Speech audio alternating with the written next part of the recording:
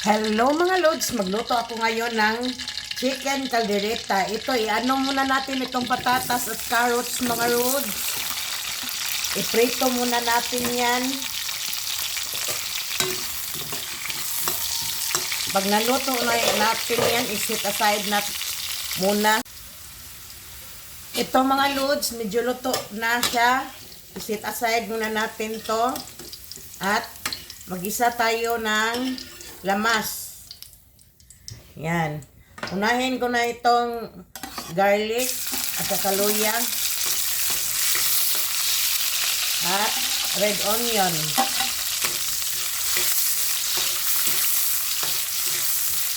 Dahil malakas yung apoy mga lods, medyo madali lang siya. At isunod natin itong chicken. Ayan.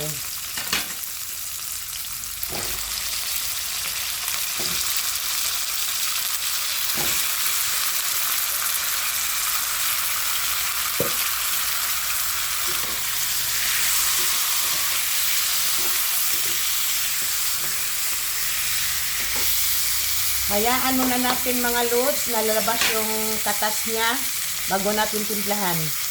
Ito mga lods, lumabas na yung katas ng chicken.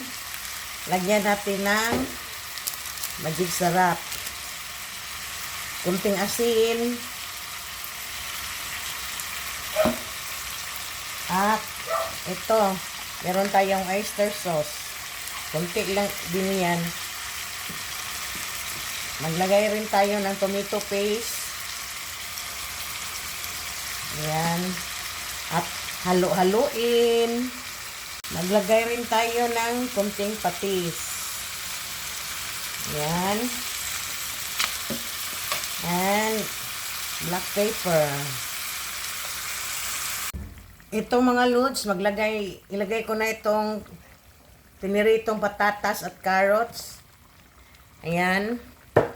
And last natin ilagay mga lods itong caldereta mix. Nagtunaw na ako mga lods. Ito, tinunaw ko na. Ayan. Halo-haloin. Until na, ano na to, okay na. Mga 15 minutes mga lods, okay na yan.